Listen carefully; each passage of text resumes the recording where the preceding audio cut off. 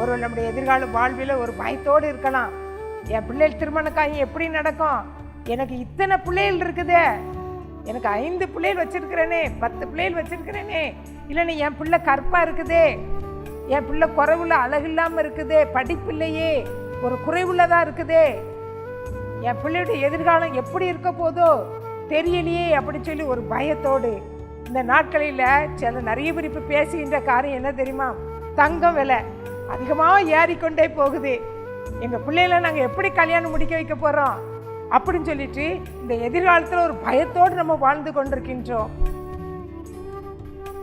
நம்ம இப்போ நான்லாம் நினச்சேன் நம்ம பிள்ளைய நம்ம நினச்சிட்டோம் முடிச்சிட்டோம், நம்ம பிள்ளையோட வாழ்க்கையில் தங்கம் இவ்வளோ விலை இல்லை, பிள்ளை நம்ம பிள்ளை காரியத்தை முடிச்சிட்டோம் அப்படி சொல்லி நம்ம சந்தோஷப்படுறோம். ஆனால் நமக்கு சந்ததி, அந்த பிள்ளைடைய சந்ததிகள்லாம் ஒரு கேள்விக்குறியோடு எப்படி நடக்குமோ எவ்வாறு நடக்குமோன்னு சொல்லி பயத்தோடு நம்ம இருக்கிறோம். ஆனால் ஆண்டவர் சொல்கிறாரு, யார் மேலே நம்பிக்கை வைக்கணும், கர்த்தர் மேலே நம்பிக்கை வைக்கிறோம். எதை குறித்து நம்ம நினைச்சக்கூட கவலைப்படக்கூடாது. ஐயோ தங்க விலை ஏறிதே, எல்லா விலைவாசியும் ஏறி போயிட்டே, வாழ்க்கை நம்ம எப்படி நடத்த முடியும் அப்படின்னு சொல்லிட்டு ஒருவேளை கலங்கி இருக்கலாம். கலங்காதே, திகையாதே, நான் உன் தேவன்.